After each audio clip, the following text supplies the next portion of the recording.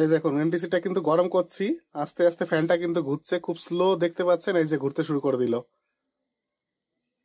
এই দেখুন অনেক স্পিডে ঘুরছে কিন্তু এখন। এবার এই এনটিসিটাকে আমরা ঠান্ডা করব। ঠান্ডা করার জন্য আমরা বাটিতে বরফ নিয়েছি। এই দেখুন এই বরফের সাহায্যে এনটিসিটাকে ঠান্ডা করব। আমি আর কিছু করব না, বরফ দেওয়া থাকবে, দেখবেন সে ফ্যান আস্তে আস্তে বন্ধ হয়ে যাবে। কোথাও হাত দিচ্ছি না কিন্তু, আমি একদম টাচই করছি না।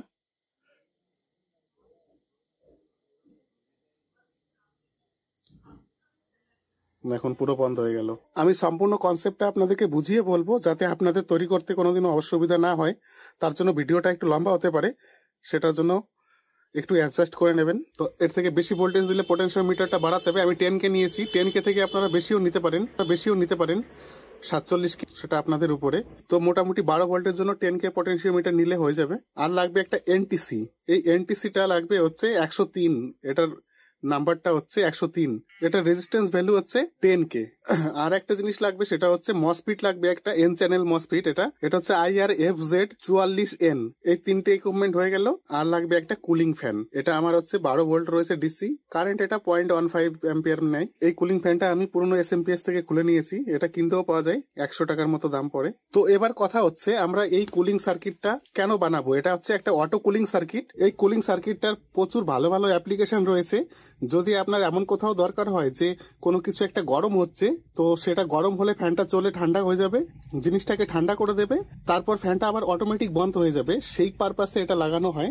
এটা বিশেষ করে অ্যাম্পলিফায়ার ও এই সেম জিনিসটা কম্পিউটারের প্রসেসরকে ঠান্ডা করার জন্য যে কুলিং ফ্যান লাগানো থাকে সেটাতে কাজে লাগে, বা ডেস্কটপের যে সিপিইউ থাকে সেটাকে ঠান্ডা করার জন্য এটা কাজে লাগে, অথবা অ্যাম্পলিফায়ারকে ঠান্ডা করার জন্য কাজে লাগে, বা কোনো পাওয়ার সাপ্লাই যেমন SMPS এগুলোকে ঠান্ডা করার জন্য কাজে লাগে এই অ্যাপ্লিকেশনটা। এই প্রজেক্টের অ্যাপ্লিকেশন সম্বন্ধে আমি বলে দিলাম, আর হচ্ছে প্রজেক্টটা কি করে তৈরি করব সার্কিট ডায়াগ্রাম আমি দিয়ে দিলাম। এবার আমরা তৈরি করে নেব। এবার হচ্ছে যে পয়েন্টে এই এনটিসিটা কানেক্ট করেছি সেই পয়েন্ট থেকে একটা ওয়্যার কানেক্ট করে নিতে হবে। আর ঠিক তার পাশে যেখানে মাস কানেক্টর রয়েছে, এই মাস কানেক্টরে একটা ওয়্যার কানেক্ট করব। এবার পোটেনশিওমিটারের এখানে কানেকশন শেষ হয়ে গেল। যেখানে এনটিসির একটা কানেক্ট করেছি ওয়্যার, সেখানটাতে +12 ভোল্ট সাপ্লাই দেবো।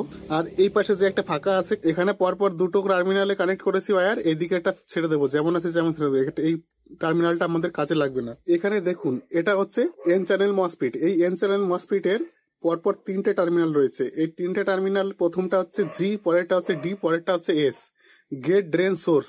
তাহলে আমরা এই পোটেনশিওমিটারের প্রথম যে টার্মিনালটা রয়েছে যেখানে এনটিসি কানেক্ট হয়েছে, সেই টার্মিনালে এই ওয়্যারের মাধ্যমে মসফিটের যেটা গেট টার্মিনাল রয়েছে সেটা কানেক্ট করব। তাহলে গেট হচ্ছে প্রথমটা, GDS প্রথমটাতে কানেক্ট করে দিচ্ছি। পোটেনশিওমিটারের ঠিক মিডিল পয়েন্টে যে ওয়্যারটা রয়েছে সেটা আমরা সোর্সে দেব। মাঝখানে ড্রেনটা ফাঁকা থাকবে, ড্রেনটা আমরা অন্য কাজে লাগাবো।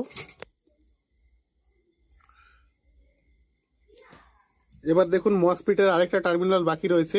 এখানে আমরা মাঝখানে যেটা রয়েছে সেটা হচ্ছে ড্রেন, সেটা হচ্ছে আমরা এই যে কুলিং ফ্যানটা রয়েছে না, কুলিং ফ্যানটার নেগেটিভটা কানেক্ট করতে হবে এখানে।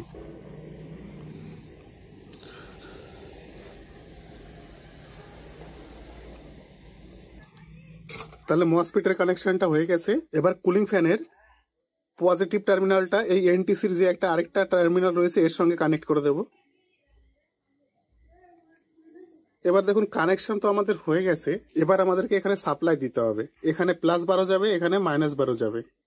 আমরা 12 ভোল্ট সাপ্লাই দেবো, তার জন্য 12 ভোল্ট করে নিয়েছি এখানে।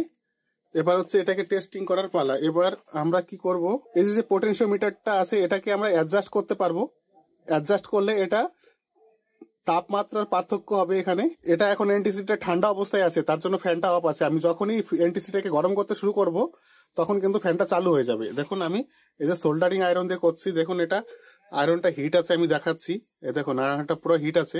এই দেখুন এনটিসিটা কিন্তু গরম করছি, আস্তে আস্তে ফ্যানটা কিন্তু ঘুরছে, খুব স্লো দেখতে পাচ্ছেন, এই যে ঘুরতে শুরু করে দিল। এই দেখুন অনেক স্পিডে ঘুরছে কিন্তু এখন।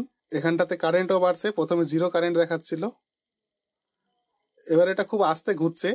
এবার আমি এর পোটেনশিওমিটারটাকে অ্যাডজাস্ট করব, তাহলে কিন্তু এটা বেশি জোরে ঘুরবে। এই যে পোটেনশিওমিটার এখানে রয়েছে, এটাকে আমি অ্যাডজাস্ট করব, বাড়িয়ে দেব। এখন দেখুন কত স্পিডে ঘুরছে, আরো স্পিডে ঘুরবে। দেখুন কারেন্ট অনেকটা বেড়ে গেল আগের থেকে। আয়রন এখনো গরম আছে, আমি দেখাচ্ছি। এই দেখুন আয়রন গরম আছে, পুরো ধোয়া উঠছে। এবারে এনটিসিটাকে আমরা ঠান্ডা করব। ঠান্ডা করার জন্য আমরা বাটিতে বরফ নিয়েছি। দেখুন, এই বরফের সাহায্যে এনটিসিটাকে ঠান্ডা করব। তাহলে আমরা ফ্যানটা দেখবেন আস্তে আস্তে বন্ধ হয়ে যাবে। দেখুন, এখানে আমি বরফ দিয়ে রেখেছি। আমি আর কিছু করব না, বরফ দেওয়া থাকবে, দেখবেন সে ফ্যান আস্তে আস্তে বন্ধ হয়ে যাবে।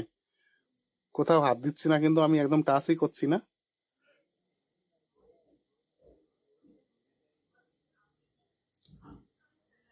এখন পুরো বন্ধ হয়ে গেল। এবার বরফ টুকরো সরিয়ে নেব, এবার আবার গরম করব। পুরো টেস্টিং চলবে এখন। দেখুন আস্তে আস্তে গরম হচ্ছে, আর ফ্যানটা আস্তে আস্তে ঘুরতে শুরু করে দিয়েছে। দেখুন ঘুরতে শুরু করে দিল। তাহলে টেস্টিং আমাদের কমপ্লিট হয়ে গেল। টেস্টিং এ আমরা সাকসেসফুল হয়েছি সার্কিটটা বানাতে। আপনারাও যদি বানাতে চান তাহলে আমার ফুল ভিডিওটা দেখুন। এখানে যে এনটিসিটা রয়েছে সেটা একটা লম্বা তার কানেক্ট করে যে জায়গাটা হিট হবে, ধরুন এই জায়গাটা, এই সারফেসটা হিট হবে, এখানে এই সারফেসটা হিট হবে, তাহলে আমাকে এখানে টাচ করে রাখতে হবে এনটিসিটা। এখানে আমরা যদি টাচ করে রাখি তাহলে কোনো প্রবলেম নেই।